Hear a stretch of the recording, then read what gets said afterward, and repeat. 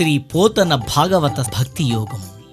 గానం అభినవ పోతన, ఆంధ్ర భాగవత శుకయోగి బ్రహ్మశ్రీ వేదమూర్తులైన కరణె కృష్ణమూర్తి భాగవతార్ గారు. వినండి, తరించండి.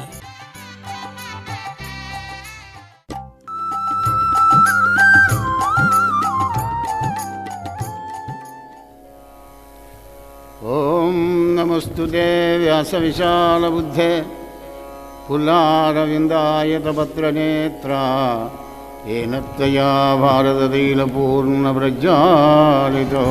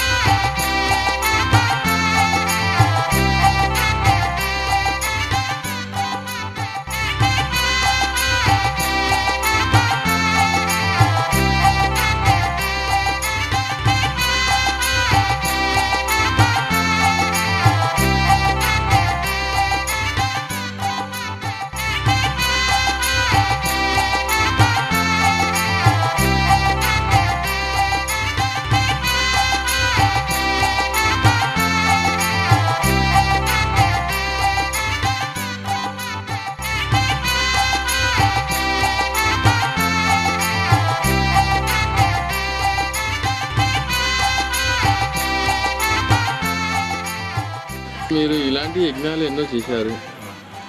ఇది ఎన్నో యజ్ఞము. దీనివల్ల వివరణ ప్రజలకు ఎలాంటి మేలు జరుగుతుంది? ధర్మో రక్షతి రక్షిత. ధర్మాన్ని మానవుడు రక్షిస్తే ఆ ధర్మమే మళ్ళీ మానవుడిని రక్షిస్తుంటుంది కనుక ధర్మం అనగా దైవ స్వరూపం కృష్ణ పరమాత్మ. ఆ కృష్ణ పరమాత్మ యొక్క కృపతోని 192వ సప్తాహం పుణ్యదంపతుల ఇంట్లో జరపడానికి వాళ్ళు ఆహ్వానించారు. ఆ కృష్ణ కథతోనే సంసార తృష్ణంతో వెలిగిపోయి ఆనందంగా మానవుడు జీవించాలనే ఉద్దేశమే భాగవతాన్ని ఏర్పాటు చేసినాడు వేదవ్యాస భగవానుడు. దాన్నే 7 రోజులు సప్తాహం 7 రోజులు వింటాం కనుక సప్తాహ కార్యక్రమం అని దాన్ని పెట్టినాను అనమాట. భాగవత సప్తాహ జ్ఞానేజ్ఞం ద్వారా జ్ఞానాన్ని పొంది సకల జనులు సకల లోకాలు అందరూ కూడా ఆనందంగా ఉండాలి అనేటువంటిదే ముఖ్య ఉద్దేశం. సరే, సంతోషం.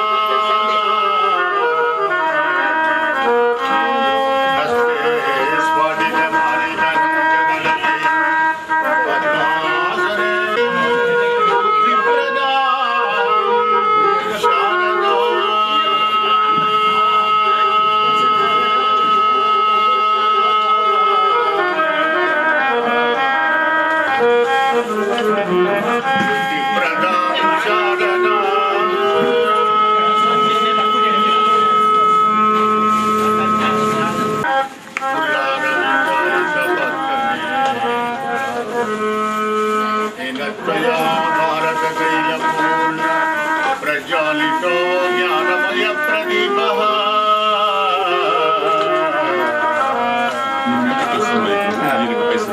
వస్తలేదా?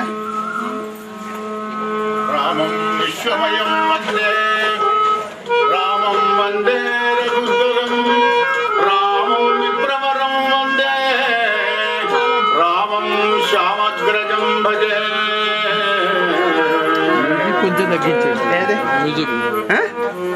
హార్మోనియం కొంచెం తగ్గిస్తే ఎవరైనా మాట వచ్చేసి ఇచ్చవాగం శుతచ్యూతం రమ్యం రామాయణమృతం శైలజాసేవితం వందే సచ్చిదానంద సంబోధం భక్తిభూతి విభూషణం పూర్ణానందమహం వందే సద్గురుం శంకరం స్వయం. అజ్ఞానధ్వంత సంవర్త్రీ జ్ఞానలోక విలాసిని చంద్రచూడవచంద్ర చంద్రికేయం విరాజతే. జయతి రఘువంశతిలకః కౌసల్యానందవర్ధనో రామః దశవదన నిధనకారీ దాశరథీ పుండరీకాక్షః.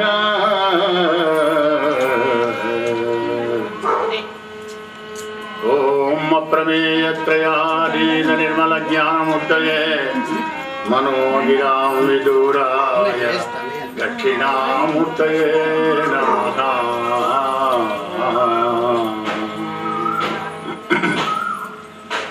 కృష్ణం కమలభద్రాక్షం పుణ్యశ్రవణ కీర్తనం వాసుదేవం జగద్యోనిం నౌమి నారాయణ హరిం.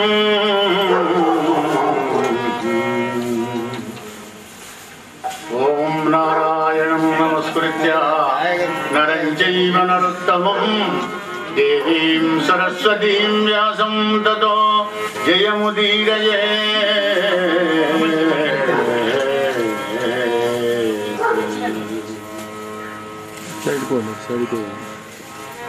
శివాయ గురవే నమః.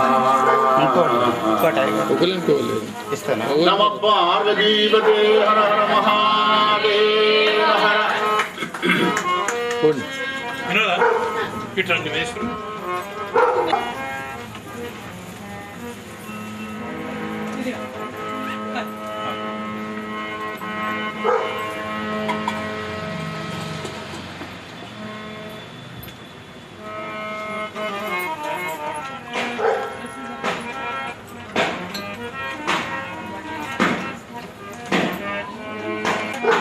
భాగవత భక్త బంధువులారా,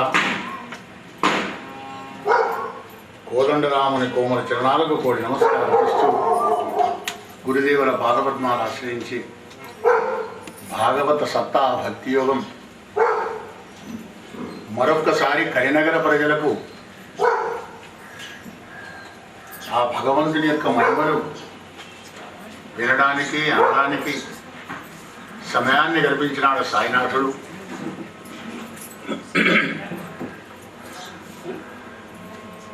వినోద లక్ష్మీకాంతం యొక్క భాగ్యం, వాళ్ళ యొక్క అదృష్ట ఫలంగా మనందరికీ ఆ భగవంతుని గురించి చర్చించినటువంటి ఒక సదవకాశం కల్పించినాడు ఆ భగవంతుడు పరమశివుడు.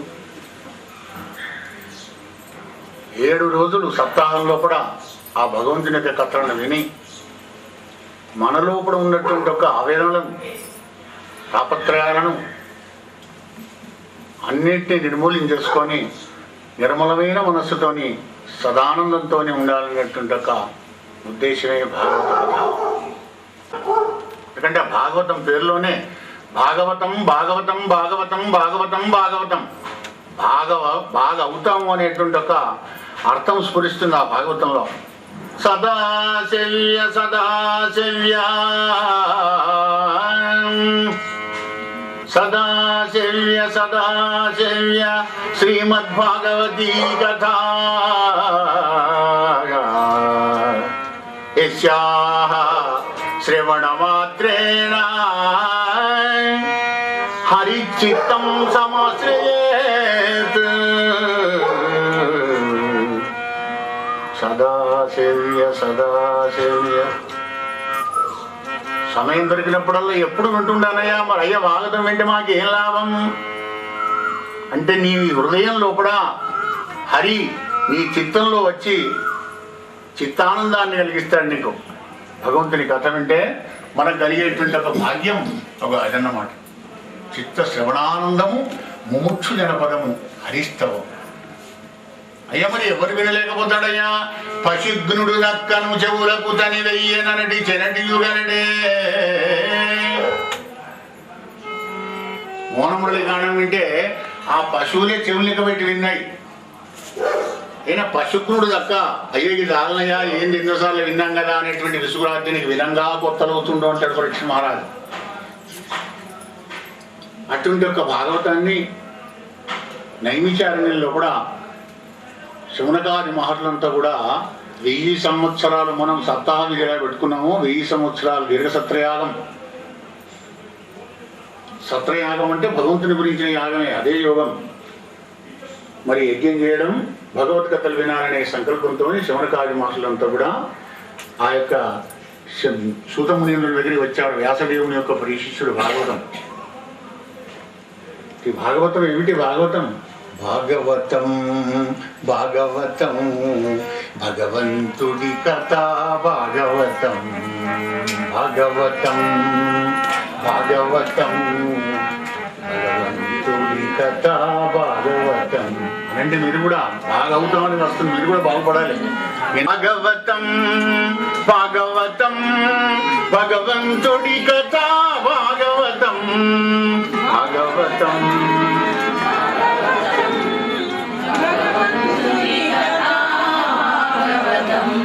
భాగవతం భాగవతం వ్యాసమునీంద్రుని వ్రత బలం. భాగవతం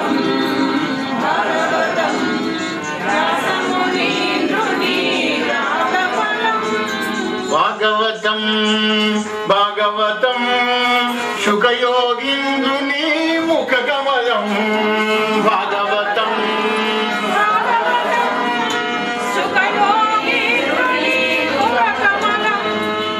భాగవతం భాగవతం బమ్మెర పోతన మకరందం.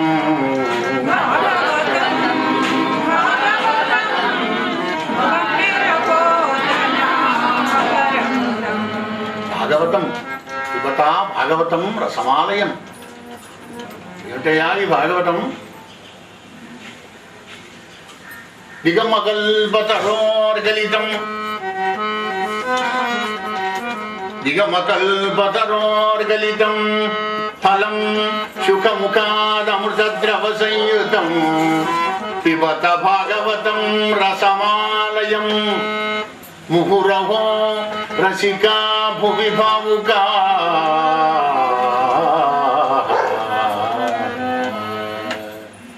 వేదకల్ప వృక్షవిగలితమై శుకముఖాస్వద్రవమున మనసు ఉన్న భాగవత పురాణ ఫల రసస్వాదన పదవి గనుడు రసిక భావ విగ్రహ అన్నాడు పోతుంది. వేదాలు అర్థమే కావు ఈ కలిగల్లో కూడా కనుక. ఎప్పుడైతే కృష్ణ పరమాత్మ అవతారం జాలించి సముద్రంలో పోయినాడయ్యా, వైకుంఠంలో పోయినాడయ్యా అని చెబుతుంటారు చాలా మంది, కానీ పోలే. భగవానుడు ఎక్కడికి వెళ్ళాడు? మరి భాగవత సాగరంలోకి వెళ్ళాడు అనమాట. భాగవత సాగరంలోకి పోతే మనం ఈ సంసార సాగరాన్ని ఈదలేమా? అంత పెద్ద సాగరంలో పరమాత్మ ఉన్నాడు కదా కృష్ణయ్య. కృష్ణ కథ, ఆయన కథను వింటుంటే ఈ సంసార సాగరాన్ని అవలీలగా దాటిపోతుంటాం. కలియుగాన్ని చూసి నారద మహర్షి ఆశ్చర్యపడ్డాట. కృష్ణ పరమాత్మ వెళ్ళిపోయిన తర్వాత ఇంత నికృష్టులు అయిపోయినారు ఏమిటయ్యా ఈ జనాలంతా, ఇలా ఎందుకు అయిపోయినారని బాధపడ్డాడు. నైరాశ్యంతో వెళ్తున్నాడు మునీంద్రుడు పాపం. చూస్తుంటే బదరికావనంలో శమనకాలు కనబడ్డారు. ఈ మార్గమధ్యంలో పోతుంటే బృందావనంలో ఒక నవయవనంలో ఉన్నటువంటి ఒక స్త్రీ, 2 వృద్ధులు ఒక మధ్యలో కూర్చొని ఏడుస్తున్నాడు పాపం. నారద మహర్షి అడిగాడు, అమ్మా నువ్వు ఎవరు అంటే, మునీంద్ర మర్చిపోయినావా నన్ను? ముగ్ధమోహన సుమారుడైన శ్యామసుందరుడు ఎప్పుడైతే అవతారం దాలిచ్చాడో కలియుగం ప్రారంభమైందయా. ఈ కలియుగంలో నేను కావాలి కానీ నా పుత్రులైనటువంటి వీళ్ళు జ్ఞాన వైరాగ్యాలు అవసరం లేకుండా అయిపోయినారయ్యా కలియుగ ప్రజలకన్నాడు. ఆ భక్తి చెప్పినమాట. అవునా? అవును, కలియుగంలో నువ్వు కావాలి అందరికీ. కానీ జ్ఞానం వైరాగ్యం వద్దు. జ్ఞానం వైరాగ్యంలో నేను ఎట్లా ఉంటానయ్యా మహానుభావ అని ఏడుస్తుంది భక్తి పాపం. నీ బాధను నేను దూరం చేస్తానని చెప్పి బద్రికావనం లోపల శవనకాదులకి ఈ విషయం చెప్తే అప్పుడు శవనకాదులు మరి బృందావనం లోపల చక్కగా భాగవతాన్ని గానం చేశారు. ఆ భాగవత గానంతో సప్తాహాలు ఎప్పుడైతే శ్రవణం చేసినాయో జ్ఞానానికి వైరాగ్యానికి వెంటనే యవనం కలిగింది. అంటే జ్ఞానం వైరాగ్యం ఉంటేనే భక్తి స్థిరంగా నిలుస్తుంది అనే అర్థం భాగవతంలో కూడా మనకు స్ఫురిస్తుంది. పద్మపురాణ అంతర్గతం స్కాంద పురాణంలో భాగవత మహత్యం అనేక చెప్పినారు. పోతన గారి యొక్క మందార మకరందాన్ని గురవాలంటే ఆ మహత్యాన్ని చివరిగా చెప్పుకున్న మొదలే చెప్పాలి. కానీ టచ్ని బట్టి ఇంత కొంచెమే చెప్పినాను మీకు. గోకర్ణోపాఖ్యానం, రుక్మిణి కళ్యాణం చివరికి చెప్పుకున్నాము. ఇక భాగవత మహత్యం చెప్తుంటే ఇప్పుడు కూడా మహత్యం అయిపోతుంది. అసలైన కథ అక్కడే కూడా మిఠాయి. కనుక మరి భాగవతాన్ని కథానాయకుడు ఎవరయ్యా? మర్రి గింజలో మహావృక్షాన్ని నిమిడిచినట్టుగా పోతన్న మొదటి తన కలంలోంచి వెళ్ళినటువంటి మొదటి పద్యంలోనే చెప్పినాడు అన్నమాట. శ్రీ కైవల్య పదంబుజరుడకునై చింతించదన్.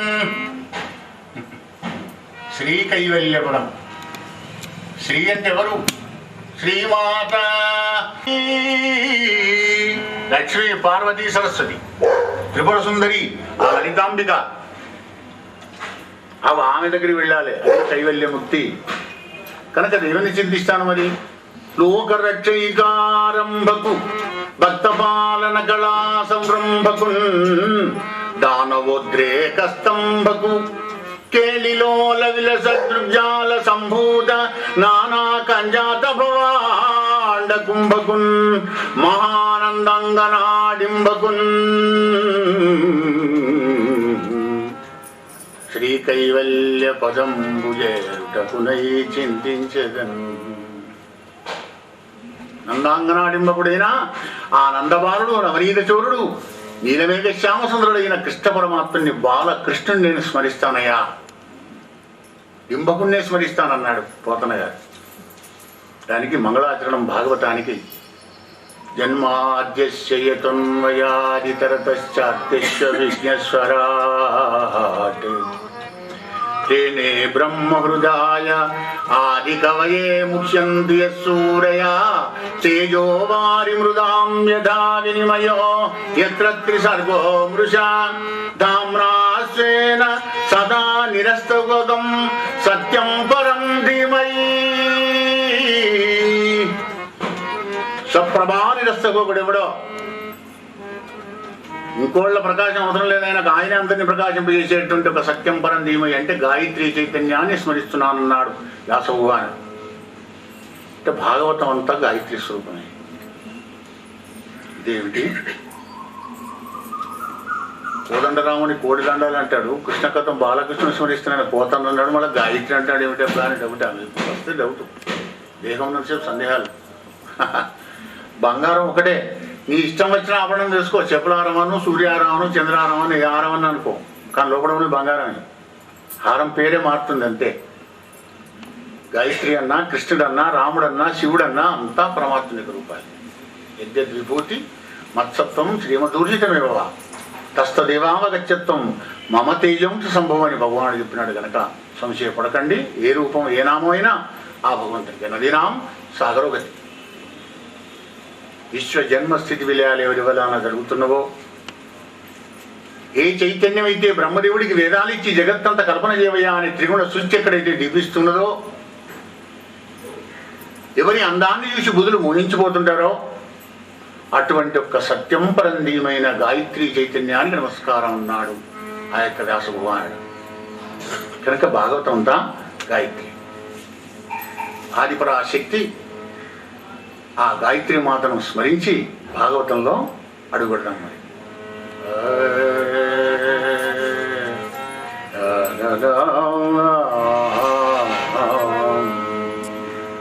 మా తల్లి గాయత్రి వేద కల్పవల్లి గాయత్రి.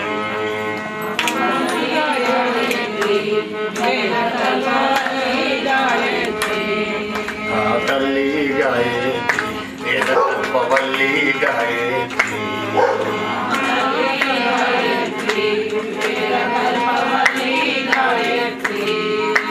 తల్లి గాయత్రి వేద కల్ప కల్పవల్లి గాయత్రి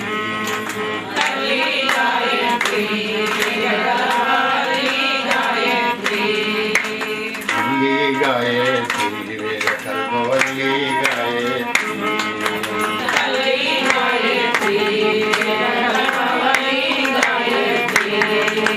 మూడు లోకముల నేలే తల్లి ముగురమ్మలకు మూలమైనవే మూడు లోకముల నేలే తల్లి తల్లి గాయత్రి కల్పవల్లి గాయత్రి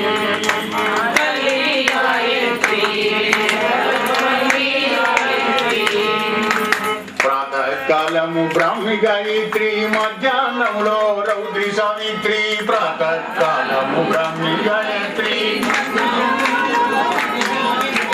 సాయం వేళలో విష్ణు గాయత్రి త్రికాల సంధ్యల త్రిపుర సుందరి మా తల్లి గాయత్రి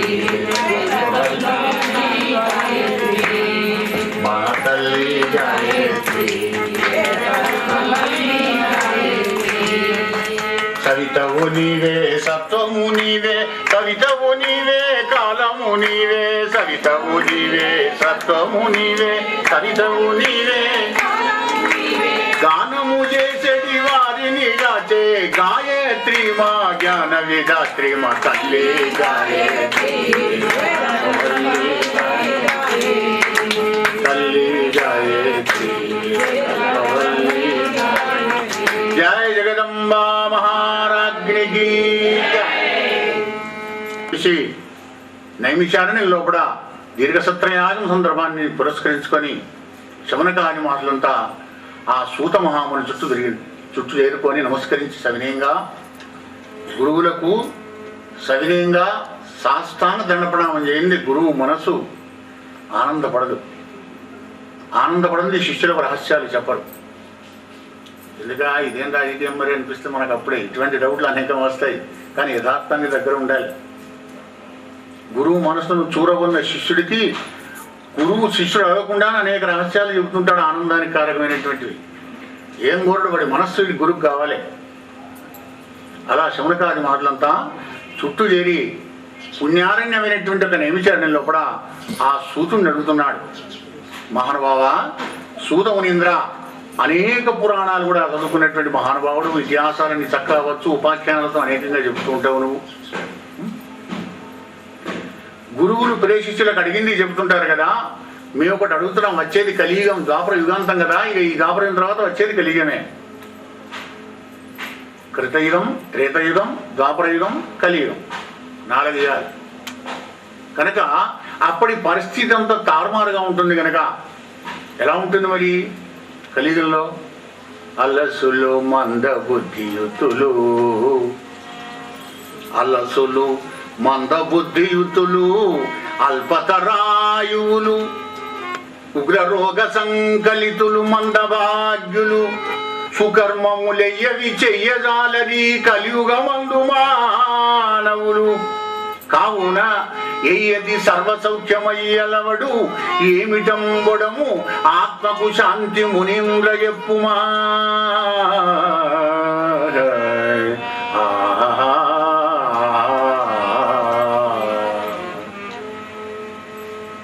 అది ప్రశ్న. ఎందుకయ్యా అంటే కలియుగం అట్లాంటిది. అంటే మనకు బిరుదులు ఇచ్చినాడు, పద్మశ్రీ బిరుదులు. అలసులు సోమరిపోతులు, ఇక బుద్ధి మందబుద్ధి, ఇక ఆయుష అల్పతనాయువులు, ఇక రోగాల ఉగ్రరోగ సంకలితులు, బట్టి రోగాలు కాదు, మందభాగ్యులు, ఐశ్వర్యం చూద్దాం అంతే. కనుక వీళ్ళు సుకర్మాలు కూడా ఏమి చేయలేరు. మరి అటువంటి పరిస్థితిలో కూడా ఆత్మకు శాంతి కావాలంటే ఏం కావాలి మహానుభావ? సూతమునీంద్ర, బట్టి కథలు చెప్తున్నాను వినవయ్యా. గొప్పనైన కథను చెప్పాలి. ఏమిటది? యవనియవతారమెల్ల భూతంబులకు సుఖమును వృద్ధిని సొరిది చేయునో. ప్రశ్న చూడండి, ప్రశ్నలో జవాబు ఉంటుంది. ప్రశ్న చక్కగా ఉంటే సమాధానం కూడా దగ్గరే ఉంటుంది. ఎవ్వని అవతారమెల్ల భూతములకు సుఖమును వృద్ధిని సొరిది చేయునో. ఎవని శుభనామమే ప్రద్దునుడు వంగా సంసార బంధ బంధంబు సమసిబావు ఎవని చరితంబు హృదయంబు చేర్చిన భయమంది మృత్యువు పరువు పెట్టు ఎవని పదనది ఏ పారు జలములు సేవింప నైర్మల్య సిద్ధి గలుగు తపసులెవని పాదము దగిలి శాంతి తెరవుగాంచిరి వసుదేవ దేవకులకు ఎవరు దయించే తత్కథలెల్ల వినగా ఇచ్చ ఉట్టెడు మాకు మునీంద్రా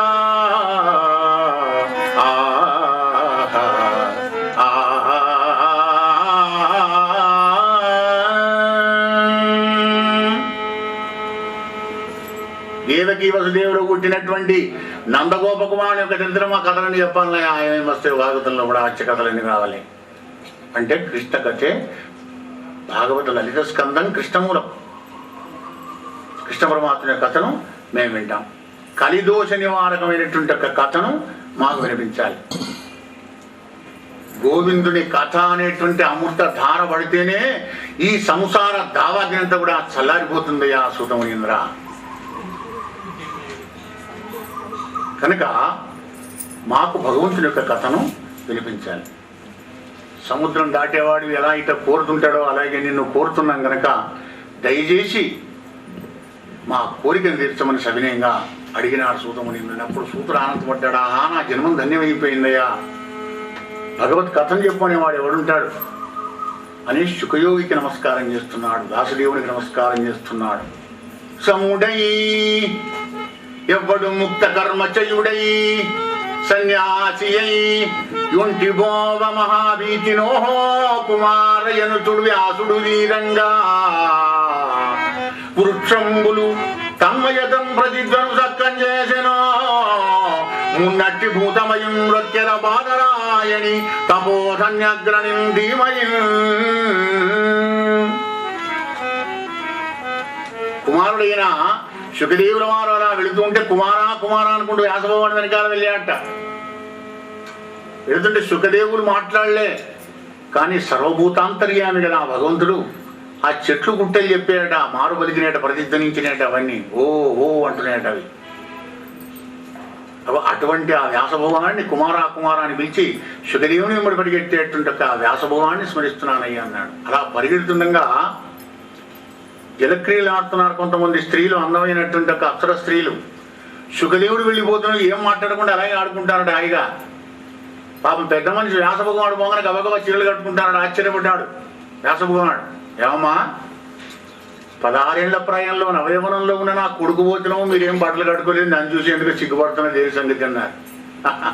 మునీంద్ర, ఆయన మహానుభావుడయ్యా, మహాత్ముడు, ఆయనకంతా సర్వం బ్రహ్మం భాతిగానే చూస్తుంది.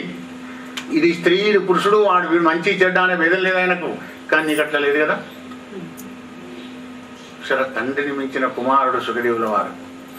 అప్పుడు అనుకున్నాడు, చీ అదంతా ఎందుకు ఇదంతా తలకాయ నొప్పి అని వ్యాసుడు బాధపడ్డాడు. అవి అటువంటి వ్యాసభగవాన్ని స్మరిస్తున్నాను.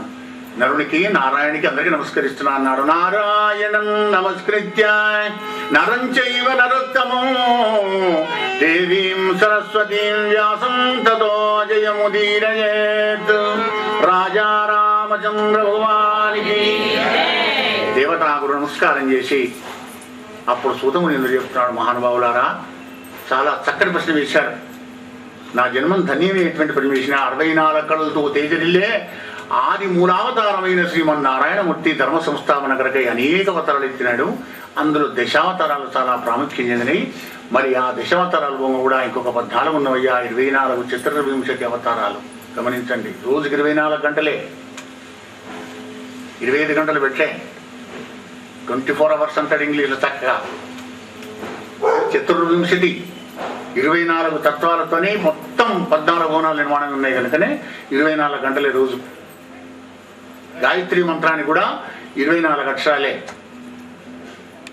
24 లోపలనే సర్వం ఉన్నది కనుక ఆ భగవంతుడు 24 అవతారాలు ఎత్తినాడయ్యా. అదే భాగవతం. ఆ భాగవతాన్ని మీకు వినిపిస్తాను. అయినా ఆకాశంలో తిరిగేటువంటి ఒక పక్షి ఆకాశం అంతం తెలుసుకోగలుగుతుందా? అట్లాగే నా బుద్ధికి దోచినంత, విన్నంత, కన్నంత, తెలియవచ్చినంత మీకు తేటపరుస్తానన్నాడు ఆ యొక్క సూతమునీంద్రుడు. అతి రహస్యమైన హరిజన్మ కథనంబు మనుజుడెవ్వడేని మాపురేపు చాలా భక్తితోడ జరిగిన సంసార దుఃఖరాశి పాసి తొలగిపోవు సుమ్మా.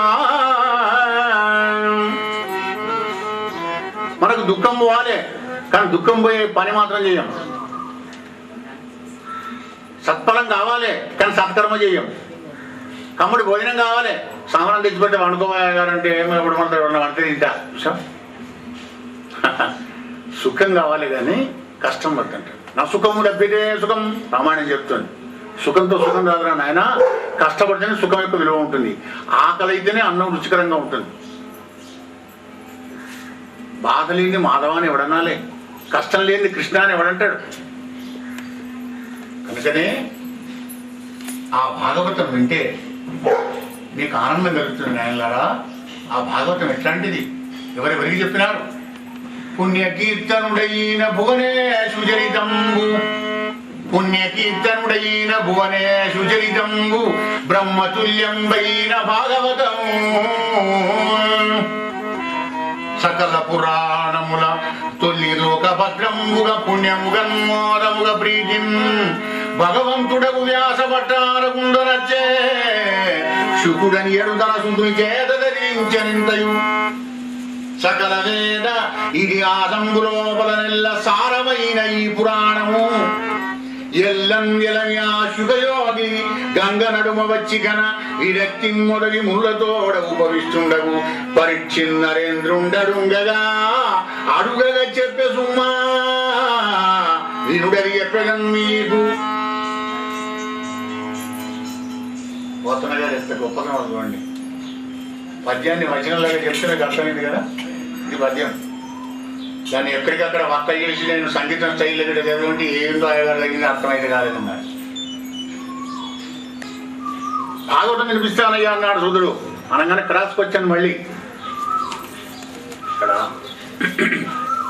సూత ఏ యుగం లోపల ఏ శ్రోతలు ఎందుకు కోరారు ఆ భాగవతాన్ని, ఎందుకోసం రచించవలసి వచ్చింది ఆ వ్యాస భగవానుడికి? మాకు విషయం చెప్పాలన్నాడు. నువ్వు చెప్పగానే ఏదో భాగవతం అయితే చెప్పబోయాని అనడం కాదు. ఈ పురాణాన్ని ఏ యుగం లోపల ఏ శ్రోతలు ఏం ఆశించి కోరినారు, భాగవతాన్ని ఎందుకు రాయాల్సి వచ్చింది ఆయనకు, రాయకపోతే ఏం నష్టం, రాస్తే ఏం లాభం, ఇవన్నీ మాకు కావాలన్నాడు. మరి శుకుడు దిగంబరిగా పోయినాడని చెబుతున్నావు, ఆ తండ్రి కొడుకుల కథను కాస్త చెప్పబోయా, మేము వింటామన్నాడు. అనగానే అప్పుడు అంటున్నాడు కదా, అయ్యా మా గురుగారి నా వ్యాసభవానికి నమస్కారం చేసి మీకు చెప్తున్నాను వినండి. ప్రతి యుగం లోపల దైవాంశ సంభూతులైన వాళ్ళు అవతారాలు ఎత్తుంటారు. 28వ వ్యాసగుని అవతారం ఎత్తినాడు వేద వ్యాస భగవానుడు. 27 వ్యాసులు అయిపోయినాడు, 25వ కలియుగం. ఆ మహానుభావుడు అష్టాదశ పురాణాలు రాసినాడు, ఉప పురాణాలు రాసినాడు, వేదాలకు భాష్యం రచించినాడు, ఒక్కగా ఉన్న వేదాన్ని 4 చేసినాడు, మహాభారతం అనే 5వ వేదాన్ని కూడా రచించినాడు. నిత్యాగ్నిహోత్రుడు, త్రికాల సంధ్యావందనం, సహస్ర గాయత్రీ జపం, సరస్వతీ నది తీరంలో కూర్చొని అనుష్ఠానం చేసుకున్న వ్యాస భగవానుడికి ఆత్మలో శాంతి కలగలేదట. అరే నేను ఇంత గొప్ప కర్మకాండ చేస్తున్నాను, భగవంతుని ధ్యానిస్తున్నానే, నాకే ఆత్మలో శాంతి లేదు కదా, ఇక మరి సామాన్య మానవుల గోడు ఎవడు వినాలి అని ఏడుస్తున్నాడు భగవానుడు. భగవద్గీత తీయగానే అర్జున విషాద యోగం, భాగవతం తీయగానే వేదవ్యాస భగవాని వేదన. గమనించండి, విషాదం విష్ణుమూర్తి యోగానికి మార్గం చూపుతుంది. కానీ దీనికోసం విషాదం పడుతున్నాడు, ఆత్మలో శాంతి లేదని ఏడుస్తున్నాడు వ్యాస భగవానుడు. మనం న్యూనయ్య గారు ఆత్మశాంతి లేకుంటే ఒకటి అంటే అది లేకపోతే ఎందుకు ఇవన్నీ? కావాల్సింది అది ముఖ్యం, కానీ మిగిలే కాదు. మనం అన్ని పనులు చేస్తుంటాం, కానీ దీంతో నాకు తృప్తి కలిగిందా లేదే, సంశయాలు ఉన్నవే, సందేహాలు ఉన్నవే, ఇవన్నీ తీరే నాకు ఎట్లా తృప్తి కలుగుతుంది? కలగదు. సంశయాత్మా వినశ్యతి నాయం లోకోస్తిన పరో నసుఖం సంశయాత్మన. సంశయాత్మనికి ఏముండదయ్యా, ఇక్కడ సుఖం ఉండదు, అక్కడ సుఖం ఉండదు. కానీ సంశయాలు దూరం కావాలంటే సత్సంగం చేసుకుంటూ సద్గురువుని ఆశ్రయించి సద్గ్రంథ పఠనం చేస్తుంటే సంశయాలు కూడా దూరం అయిపోతాయి. సత్సంగం కావాలి. వ్యాసభగవానుడు ఏడుస్తున్నాడు, సత్సంగం ఇలా నారాయణ నారాయణ నారాయణ నామంబును మహతియను వినచేదవాయుంపుచున్ నింగి నుండి నేలకుందేదంచ మహర్షి నారదుండు. సత్సంగం కలిగిన అక్కడ భగవద్భక్తుడే భగవంతుని అవతారం వ్యాసభగవాన్ దగ్గరికి నారదుల గారు వచ్చినాడు. ఆసనం అర్ఘ్యం పాద్యం ఇచ్చి పూజ చేసినాడు. నమస్కారం చేసి నిలబడ్డాడు వ్యాసమునీంద్రుడు. నారదా, త్రిలోకాంకముడు కదా నాయన నువ్వు? అవును, అయితే నువ్వు అపర బ్రహ్మదేవుడు కాదా? భారతం అనే వేదాన్ని 5వ వేదాన్ని రచించినటువంటి ఒక నువ్వు దాతవు. అవును, అంతెందుకు అమ్లానంగా ఉంది, ముఖమంతా ఎట్లా ఉంది, ఏం దిగులయ్యా చెప్పన్నాడు వ్యాసభగవానుడు. నేను చెప్పిన తర్వాత నీదే ఉంది నాయన, నువ్వు ప్రజ్ఞావంతుడు కదా, నాలో కూడా అశాంతి కలుగుతుంది, బాధకు కారణం ఏమిటో నువ్వు చెప్పాలి నారదా, త్రికాలికుడు కదా. చెప్తాను కానీ మనసులో బాధపడి కోపడుకున్న తిట్టకు సుమా. యథార్థవాది లోక విరోధి, ఉన్నమాట చెప్తే ఉడికి ఎక్కువ బాధ. కఠినంగా నీ తప్పును నీకు వేలెత్తి చూపించేవాడు దొరకడు. నిన్ను బుధరించుకుంటూ సన్మానం చేసే ప్రియమైన మాటలు చెప్తాడే కానీ నీ తప్పుని నీకు వెతికి చూపడు. ఎవరు చూపుతారు? సన్మిత్రుడు చూపిస్తాడు. సత్సంగంలో కూడా దొరుకుతుంది నీ తప్పుని. అదే ఇక్కడ జరుగుతుంది. నారద మహర్షి అన్నాడు, అయ్యా చెప్తాను, అష్టాదశ పురాణాలు రాశావు, బాగుంది. 4 వేదాలు చేశావు, బాగుంది.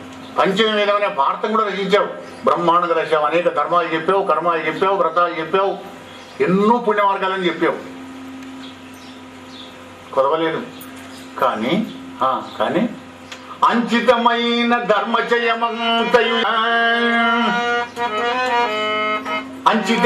ధర్మజయమంతయు ఎప్పిది వందులోన ఎందులో భారతంలో కూడా ఇంచుకగాని విష్ణు కథలేర్పడ చెప్పవు.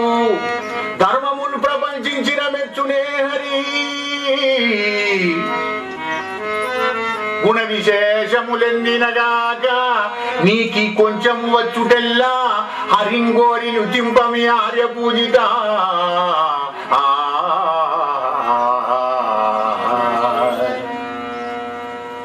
ధర్మాలు చెప్పి నీ పాండిత్యం చెప్తే ఆనందపడతాడా పరమాత్మ?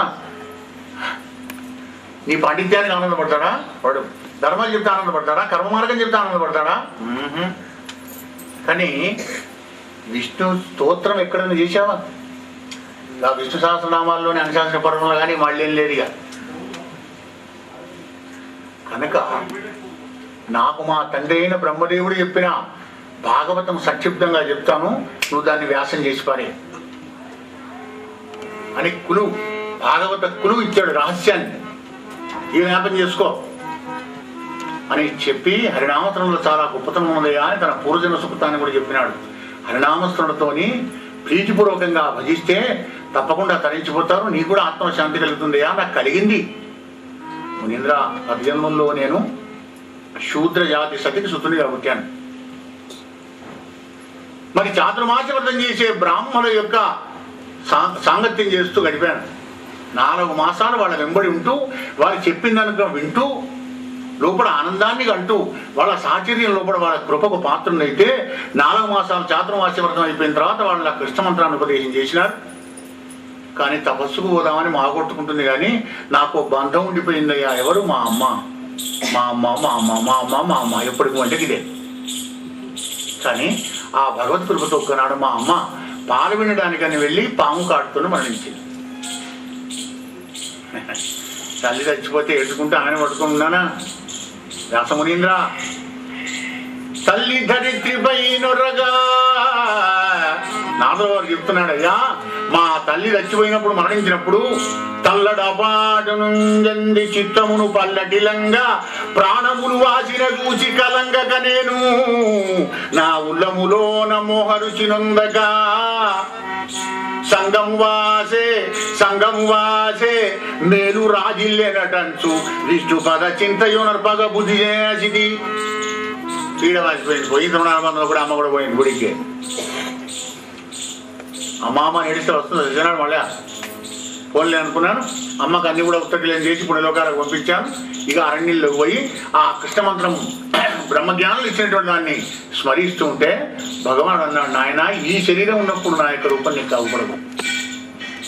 నీ సుకృతంతో వచ్చే కల్పనలో బ్రహ్మ మానసపుత్రుడిగా పుడతావు పొమ్మన్నాడయ్యా, నాకు వచ్చిన ప్రమోషన్ నీకు చెప్పానన్నాడు వ్యాసగు వాడికి నారద మహర్షి. ఎందుకు? ప్రీతిపూర్వకంగా భగవంతుని నేను భజించాను కనుక. మనం అందరం భజిస్తాం, పూజిస్తాం, ధ్యానిస్తాం, కానీ ప్రీతిపూర్వకం మాత్రం ఉండదన్నమాట. అది లేకపోయారు మనం మార్పులు కూడా. తేషాం సతతయుక్తానాం భజతాం ప్రీతిపూర్వకం దదామి బుద్ధియోగం తం ఏన మాముపయంతి తే. ఎవరైతే సతతం ప్రీతిపూర్వకంగా ఎవరైనా నన్ను కీర్తిస్తుంటారో అలా వాళ్లకు దదామి బుద్ధియోగం. ఉద్యోగం ఇస్తానయ్యా, ఉద్యోగంతో నేను వస్తాయా, అంత నేను లాభం. అరే నాయన చెప్తున్నాడు భగవానుడే, తమ్ముయేనమా ఉపయాంతితే, దాంతో నన్ను కనుక్కునే ఉద్యోగాన్ని ఇస్తాడు ఆయన. అయితే ఓకే. అభయస్తం, భగవంతుడు ఇచ్చిన అభయస్తం మొదలు శ్రద్ధ కావాలి, విశ్వాసం కావాలి. ఆ భగవంతుడి మీద విశ్వాసం లేని వాడికి ఎన్ని చెప్పినా కానీ నిరర్థకం. అసలు వాడికి మొదటిగా సత్సంగం దొరకదు. ఉపదేశం చేయగానే శమ్యాప్రాంతం అనే ఆశ్రమానికి వెళ్ళి 18,000 శ్లోకాల భాగవతాన్ని నిర్మాణం చేసినాడు. వ్యాసం అంటేనే విచారం. 4 శ్లోకాలు క్లూ ఇచ్చినాడు నారద మహర్షి. ఇక దాన్ని భాగవతం వ్యాసం చేసినాడు. ఓం నమస్తుతే వ్యాస విశాల బుద్ధే పుల్లారవిందాయత పత్ర నేత్ర. మహద్గ్రంథం రచించినాడు వ్యాసవాడు. కానీ ఇది 10 మందికి చెప్తే వక్త కావాలి కదా. కవి ఎప్పుడు గాయకుడు కాలేడు. లీడ్ ఇంకో ఆయన ఉంటాడు, మ్యూజిక్ ఇంకో ఆయన ఉంటాడు, గాయకుడు ఇంకో ఆయన ఉంటాడు, యాక్షన్ ఇంకో ఆయన ఉంటాడు. అయినప్పుడే ఆడియన్స్కి ఆనందం కలుగుతుంది. రాశాడు, భాగవతంతో నిర్మాణం చేశాడు.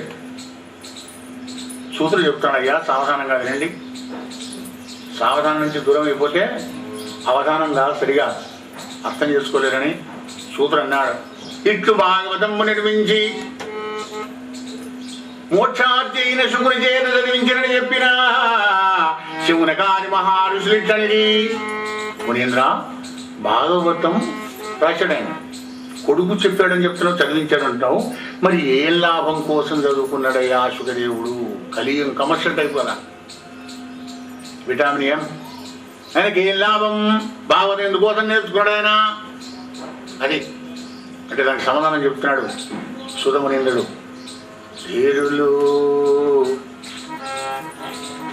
ధీరులు నిరపేక్షులు ఆత్మారాములునైన మునులు హరిభజనము నిష్కారణంబే చేయుచుందురు నారాయణుడట్టివాడు నవ్య చరిత్ర. ధీరులు నిరపేక్షులు ఆత్మారాములైన మునులు, ఆత్మలో రమించి ఆనందాన్ని పొందేటువంటి ఒక ఆత్మసుఖాన్ని కోరేటువంటి వాళ్ళు, ధైర్యవంతులైనటువంటి వాళ్ళు నిష్కారణంగానే భజిస్తారయ్యా. ఎందుకంటే నారాయణుడు అట్టివాడు నవ్య చరిత్ర. నీ బెదిరికి వెళ్ళేది అక్కడ. నారాయణ నామంలో, నారాయణ ధామంలో గొప్పతనం ఉన్నది కనుక నారాయణ నారాయణ అంటే నీకు తెలుగునే ఆనందం కలుగుతుంది. రామ రామ రామ అంటుంటే ఆ రామనామంలో ఉన్నటువంటి ఒక సుధ ఏమిటో నీకు రుచి కలుగుతుంది. ఇక లడ్డు లడ్డు అంటే నోటు చేయబడదు, లడ్డు తిన్నప్పుడే రుచి ఇస్తుంది. అలా నిష్కారణం కోసమే ఆయన నేర్చుకున్నాడు భాగవతాన్ని. ఎందుకంటే నిరాకారంగా తపస్సు చేసేటువంటి సుఖదేవుల వారికి సమాధి స్థితిలో ధ్యానం చేస్తుంటేనట ఈ వ్యాసదేవుని యొక్క శిష్యులందరూ వచ్చి దర్భలు సమిధులు పుష్పాలు పూసుకుంటూ దశమస్కందంలోని ఆ భగవంతుని వర్ణన యొక్క శ్లోకాలు చదువుతున్నారు. శ్రీవత్సంకం మహోరస్కం వనమాలా విరాజితం శంఖచక్రధరం దేవం కృష్ణం వందే జగద్గురుం. ఆహా, ఈ శ్లోకం విన్నాడు సుఖదేవుల వారు. అరే, నా ఈ నిరాకార తపస్సు కంటే ఇదేదో వింటేనే నాకు ఆనందం కలుగుతుంది అనుకున్నాడు. అయ్యా, ఈ శ్లోకాలు ఎక్కడి అడిగాడు వాళ్ళను. అయ్యా, మేము వ్యాసముని శిష్యులం, మా గురుగారి గిడ్డంగిలో వేలకు వేలు ఇట్లాంటివి అన్నాడు. ఎవరు మీ గురువు? వ్యాసభగవానుడు. అరే, మా నాన్నే పద. అప్పుడు తండ్రి దగ్గరికి వచ్చి భాగవతం మొత్తం అధ్యయనం చేశాడయ్యా. ఎందుకు? ఆనందం కోసం. ఈ నిరాకారం లేదు, సాకారంలో కూడా ఉంది. ముగ్ధమోన సుకుమారుడైన కోటి అందగాడు, కోటి మనమసాకారుడైనటువంటి శ్యామసుందరుని స్మరిస్తానని చెప్పి అప్పుడు భాగవతం అధ్యయనం చేశాడు. అధ్యయనం చేస్తే ఆయనకే ఆనందం కలిగింది. ఆయనకు ఆనందం కలిగిందో లేదో నాకు తెలియదు, కానీ నాకు మాత్రం అవరోధం, అజ్ఞానం, అహంకారం అంతా కూడా ఈ భాగవతంతోనే నాకు దూరం అయిపోయి ఆనందం కలిగింది. నా కోసం నేను చదువుకుంటుంటే ఈ భాగవతాన్ని మీలాంటి వాళ్ళు అయ్యా నువ్వు ఒక్కడి మీద చదువుకుంటూ మేము కూడా వింటాను చదువుపోయా అంటే ప్రాణమైన ఈ సత్తాల రామచంద్రుని యొక్క కోదండరాముని యొక్క కొండంత దయతో తన యొక్క భాగవత సత్తాన్ని రామునికి అంకితం ఇచ్చిన పోతన గారి భాగవత ధర్మ ప్రచారంలో, భాగవత ప్రచారంలో భాగంగా 192వ యజ్ఞాన్ని తాను చేసుకుంటాడు. కర్త, వర్త, హర్త అంతా ఆయన. రాజా రామచంద్ర భగవానికి అనగానే శమనకాన్ని మాట్లాడతారు. అయ్యా బాగుంది, వ్యాస భగవానుడు రచించాడు, సుఖదేవుడు అందరి లోకానికి చెప్పాడు అంటున్నావు, మరి ఎవరన్నా విని తరించిపోయినారా? అది కావాలి వీళ్ళకు. అంటే ఈ మందు వాడాడయా, నువ్వు కూడా వాడవా అంటే వీడికి నమ్మకం కలుగుతుంది, నేను కూడా వాడతాను వాడుతాను అంటాడు. అయ్యా విన్నాడు. కృష్ణావతారం అయిపోయిన తర్వాత కలియుగం లోపల రాజఋషి అయినటువంటి భరత వంశోత్తముడు, మహాభాగవతోత్తముడు పరీక్షిత మహారాజు విన్నాడయ్యా, ఆయన జన్మాన్ని చెప్తున్నాను ఏమన్నారు అని సూత్రం నాడు. సావధానంగా ఉండండి. నమ పార్వతీపదే హర మహాదేవ సద్గురు సాయినాథ్ మహారాజ్ కీ జై. మధ్య మధ్యలో జయ కొట్ట అంటే ఇక్కడ పొదరి విడుదల రాదు, మధ్యాహ్నం మీద వారేస్తాం కదా మరొకరు. ఒకప్పుడు మాపడి మొదలవుతుంది యుద్ధం ఇద్దరితో, ఇప్పుడు అంతేం బాగా రాదు పరిగెడిపోయి కనుక. రాజా రామచంద్ర భగవానికి జై. 18 రోజుల మహాభారత యుద్ధంలో కూడా 18వ నాడు పాండవ శిబిరంలో కూడా ఆయన అందరూ పడుకున్నారు. చివరి గదా యుద్ధంలో కూడా తొలలు విరి కింద పడ్డాడు దుర్యోధనుడు. అశ్వత్థామకు పట్టాభిని సైన్యాధిపతి పట్టం కట్టినాడు. అప్పుడు అశ్వత్థామ ప్రతిజ్ఞ చేశాడు, రాజరాజా ఏం భయపడకు, పాండవ వంశం మొత్తం నాశనం చేస్తానన్నాడు. చాలా సంతోషం అన్నాడు దుర్యోధనుడు. అందరు హాయిగా నిద్రపోతున్న సౌత్తిక వేళలో పాండవ శిబిరానికి వెళ్ళి దుష్టద్యుమ్నుని కంటి కనవడం వాళ్ళందరినీ చెప్పాడు. ఆ లోపల ద్రౌపది పుట్టిన 5 ఉప పాండవులు కూడా మరణించారయ్యా. శౌనకాని మహాస్టారా, బాలుర చావు కర్ణేంద్రియాలు విని మూర్చపోయింది పాపం, కన్నతల్లి కదా, కడుపు దుఃఖం బాగా పెద్దది. ఏడుస్తుంటే అర్జునుడు వచ్చి ఓదార్చి ద్రౌపది ఏడవకమని కృష్ణ పరమాత్మను తీసుకొని అశ్వత్థామను వెతకడానికి వెళ్ళాడు. పాపకర్మం చేశాడు. ఈ పాపం పోవడానికి సంధ్యావనం చేసుకుంటూ కూర్చున్నాడు. ఎక్కడ సరస్వతి నదీ తీరంలో కూడా. యదస్నాత్ కురుతే పాపం తదస్నాత్ ప్రతిముచ్యతే, యద్రాత్యాత్ కురుతే పాపం తద్రాత్యాత్ ప్రతిముచ్యతే. అమ్మా గాయత్రి, నేను పాపాలు చేసుకున్నా సహజం, దూరం చేసుకుని నీ సహజం కనుక పగలు చేసినాయి పగలు చెప్పవు అని, రాత్రి చేసినాయి రాత్రి అని. కానీ స్టాక్ మాత్రమే ఉండలేదు. అప్పుడు చేసినాయి ఇప్పుడు చేసినాయి అప్పుడు.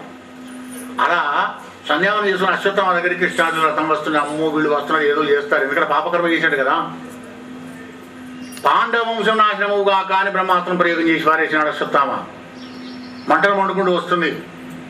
రథం మీద కూర్చున్నారు కృష్ణార్జునుడు. అర్జునుడు అన్నాడు, కృష్ణ కృష్ణ పద్మలోచన కృష్ణ భక్తాభయప్రదా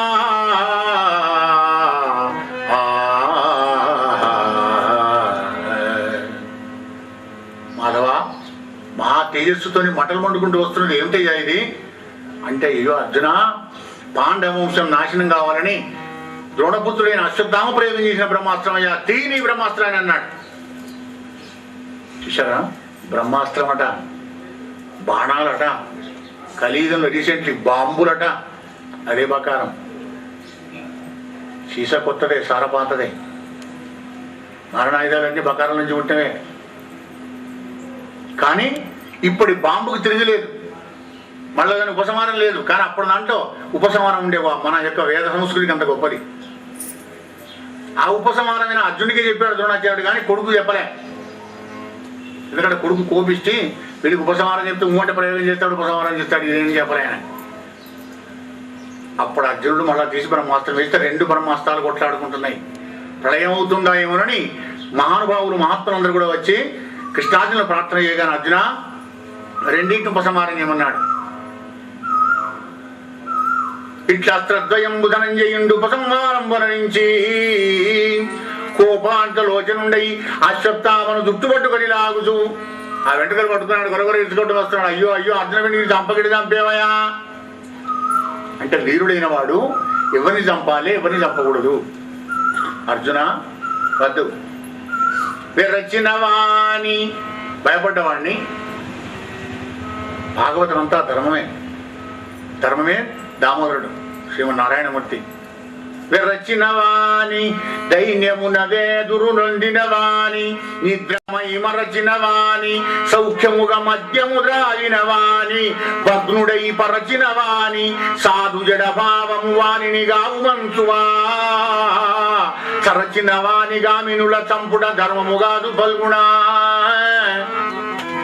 భయపడ్డవాడిని, పారిపోయేవాడిని, ఆయుధం లేని వాడిని, మద్యం దాగి పడుకునే వాడిని, నిద్రపోయేటువంటి వాడిని ఆడువాడను వీరాధుడైన వాడు చంపుడు వీడిని కూడా చంపేవు సుమా. ఏం చంపబాబు అన్నాడు. గొడగొరాలు ఎక్క వచ్చాడు. ఎక్కడ ద్రౌపది దగ్గర తీసుకువచ్చాడు. ద్రౌపది నీ కొడుకులను చంపినటువంటి కిరాతకుడు వచ్చినాడు, వీనికి ఏం శిక్ష వేస్తావో ఏమన్నాడు. అంటే జడ్జిమెంట్ ద్రౌపదికి అప్పచెప్పినాడు. ధర్మరాజుకు దడదడా అంటున్నది. ఏమో ఏం చెప్తావు ద్రౌపది, వాడు చంపండి నేను కోపంతో. అప్పుడు ద్రౌపది బాగా చూసింది. ఏమయ్యా బ్రాహ్మణోత్తమా, దయగలిగిన పుత్రోత్తముడు కదా నువ్వు. బ్రాహ్మణు భోజన ప్రియ అంటుంది శాస్త్రం. దాన్ని మనం భోజేశారు మీద తిండిపోతులు అంతా కలిసి భోజన ప్రియ నీ భోజన ప్రియ పాడుగా వీరికి తిండి తిని పడుకొని ఇంద్రియవాయ బ్రాహ్మడిగా వేదం ఎక్కడి, శాస్త్రం ఎక్కడి, శాంతి ఎక్కడి, వందనం ఎక్కడి. భోజన ప్రియ భూమి మీద ఉన్న వాళ్ళందరికి ప్రియుడు, భూధరోత్తముడు, బ్రహ్మజ్ఞాని, భగవద్భక్తుడు. ఇట్లాంటి వాడివి నా కొడుకులను ఎందుకు చంపేవాయా? నీకేమైనా అపకారం చేశారా? ఉద్రేకంతో వచ్చారా? అస్త్రశస్త్రాలు పట్టుకున్నారా? యుద్ధ భూమిలో ఉన్నారా? మరి ఎటువంటి అపకారం చేయనటువంటి నా కొడుకులను చంపడాన్ని చేతులు ఎట్టాడేవయ్యా బ్రాహ్మడా అని పాపం తాను ఏడుస్తుంది. అయ్యో, ఇక్కడ నేను పుత్రశోకంతో ఎలా ఏడుస్తున్నానో అక్కడ మీ కన్న తల్లి మీ యొక్క తండ్రి మరణించితే పాపం వైదవ్యాన్ని గురికలేక భర్త వియోగంలో ఇప్పుడు ఏడుస్తున్నదే. ఇప్పుడు నా భర్తల గడి చెప్తే నిన్ను చంపితే ఆమె పుండు మీద కారం తల్లినట్టుగా మళ్ళా పుత్ర దుఃఖం రాదా? కానీ నాలాంటి సాటి స్త్రీకి నాలాంటి దుఃఖం రావడానికి వీల్లేదు కనుక పాపం ఈ బ్రాహ్మణి చంపకండి అని ద్రౌపది. ఎగిరిగంతు వేశాడు ధర్మరాజు. ఆహా, ద్రౌపది గొప్ప పని చేశావని. నరనారాయణ కృష్ణార్జునులే మాట్లాడలే, పోనీలే, ధర్మమే కదా అని. నగర సభలో చంటి పిల్లవాళ్ళ పెద్దాళ్ళకి లేని మనకైతే తలకాయ నొప్పి అని వాళ్ళు ఊరుకున్నారే, మాట్లాడలే. కానీ 1000 ఏనుగులు కలిగినటువంటి బలం కలిగిన భీమశివుడి మాత్రం కోపం ఆగలేదు. అయ్యో వెది బావుల ద్రౌపది ఎక్కడ దానివే. కొడుకుల బట్టి సంపెనని కోపమునందడు బాలగాతకును విడువు మడంచు ఎప్పటిని వెరిది ద్రౌపది.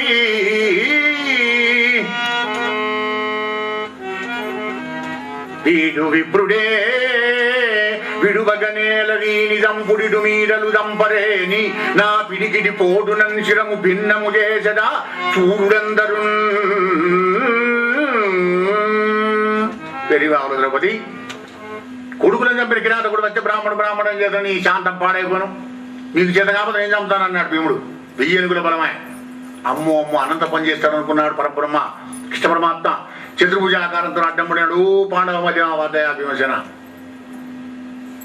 వీడు వచ్చేవాడు కాదు, వీడు చిరంజీవి, వీడిని చంపడం నీ వల్ల కాదు, వద్దు. మీరంతా కూడా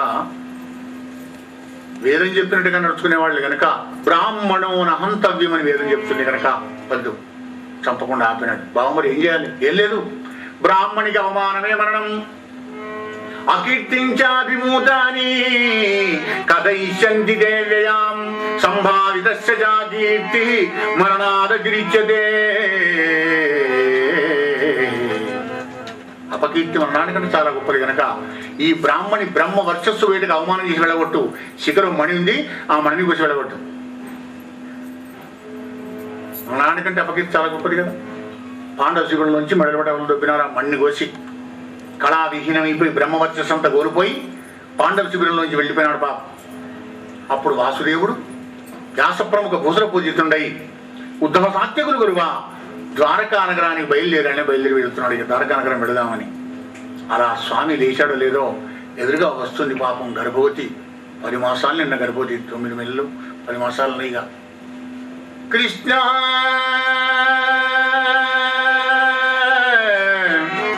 కృష్ణ కృష్ణ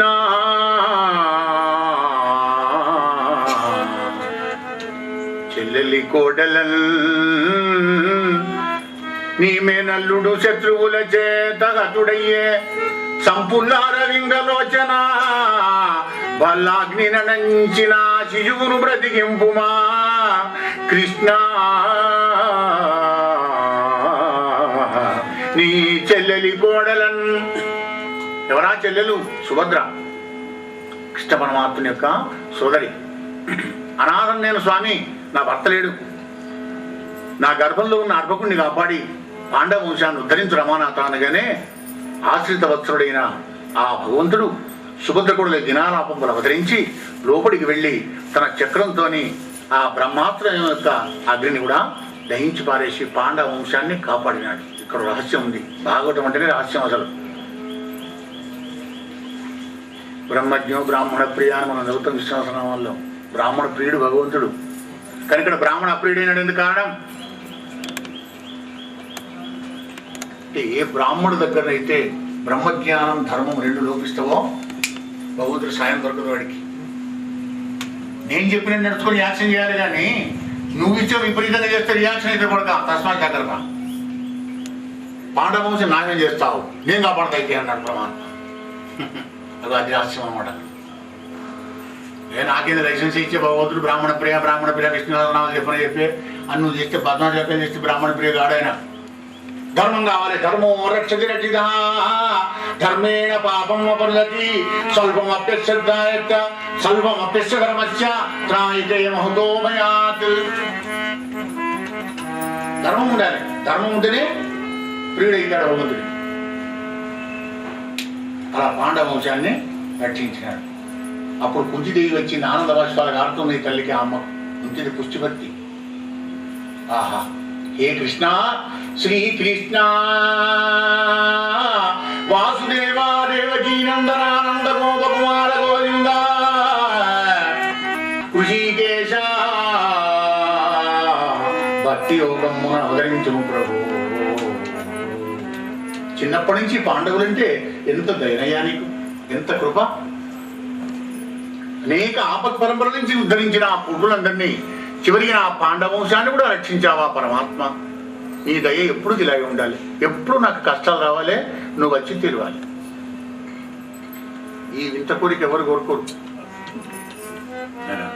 కానీ కోరుకోవాల్సింది అదే. కష్టాలు వచ్చినట్ట, కష్టాలు రాగానే కృష్ణ పరమాత్ముడు వచ్చి తీర్చి పారేసాయి. ఇంకేమున్నది, నీ కష్టం ఎక్కడ ఉన్నది? మరి ఆయన రాడనుకో, కష్టాలు లేవనుకో, కానీ ఆయన కలుస్తావా? భాగవతంలో ఎందుకు భగవంతుడి పూజించడానికి మాకు దర్శనం ఎందుక? అంత ఓకే కదా, అంత మంచిగా నడుస్తున్నా మాకు ఏం పని భగవంతుని ఎందుకు పోవాలి అంటే రిమోట్ కంట్రోల్ దగ్గర పెట్టుకుంటే అట్లాంటి వాడిని కూడా సమయం చూసి ఒక్కసారి ట్రిక్కన కొడతాడు అనమాట. ఆ కాలస్వరూపుడైన భగవంతుడు ఎప్పుడు ఏం చేస్తాడో మనకి విషయం. గోపాలకృష్ణ భగవానికి ఈ విధంగా కోరిక కోరుకొని, ఏ కృష్ణ, యాదవులందు పాండవుల మీద నాకు ప్రేమ అనే మోహం లేకుండా చేయవయ్యా. నాకు ఏం లేదు ఎందుకు కోరుకునేది. మోహం మిమ్మల్ని బట్టి పీడిస్తున్నది ఎప్పటికీ. నా వాడు నీ వాళ్ళే కాదని ఎవరు అంటారు? కానీ నువ్వు చచ్చేదాకా నీ వాళ్ళేనా? ఇక నువ్వు పోగడం కూడా ఉంది కదా, లేకపోతే నీ వాళ్ళే పట్టుకొని ఉందో అటాచ్మెంట్ అయ్యి. కనుక అదే ఆ మోహం అనే కళ్ళు తాగే మనం ఉన్నాం అందులో. ఈ సంసార అరణ్యంలో కూడా 6 క్రూర మృగాలు మనం వేటాడుతుంది. మన దగ్గర ఉన్నటువంటి ఒక జ్ఞానరత్నాలను ఎత్తుకుపోవడానికి, మన లోపల ఉన్న జ్ఞానాన్ని సర్వనాశనం చేయడానికి తయారుగా ఉన్నాయి. కామ, క్రోధ, లోభ, మోహ, మదమాచరణలనే క్రూర మృగాలు. ఈ మోహం కూడా అట్లాంటి. కనుక యాదవుల మీద, పాండవుల మీద మోహం లేకుండా నాకు చెయ్యని చెప్పి శ్రీకృష్ణ యదుభూషణ నరసక శృంగార రత్నాకర లోకద్రోహి నరేంద్ర వంశదగనా లోకేశ్వర దేవతానీక బ్రహ్మణ గోగణాతికరణ నిర్వాణ సంధాయక నీకున్మృత్యద దృంపవే భవలతల్ నిత్యానుకంపానిధి నీకున్మృత్యద కృష్ణ యదుభూషణ. చక్కగా గొంతెత్తి గానం చేసి ఆనంద బాష్పాలు గారుస్తుంది. కొంత అత్త ఏం భీతి లేదు, నేనున్నాను కదా అన్నాడు. ఎప్పుడు కనబడ్డా కుంతమ్మ అనడు, అత్త అంటాడు. ఆనందం. ఎక్కడత్త ఆయనకు? అందరూ తన వాళ్లే. సూర్యం సర్వభూతానం, శత్రులేడు మిత్రులేడు ఆయన. కానీ ధర్మనందన పద ఎక్కడి బావ రాజ్య పరిపాలన సింహాసనం మీద కూర్చోవయ్యా. చిచి నేనెందుకు ఈ నెత్తురు కూడుదలేను మాధవా, నాకు వద్ది రాజ్యం అంతా. భీమసేనుడికి పట్టం కడతానే అరణ్యంలో పోతా అంటాడు ధర్మరాజు. ఒరిని పీడ పాడగా ఇదెక్కడ ఈ మాట మొదలు చెప్తే ఇంత 18 లక్షల సైన్యాన్ని ఎందుకు చంపుతూ ఈ యుద్ధం అంతా ఎందుకు దుర్యోధనుడికి పట్టం కడదు కదా.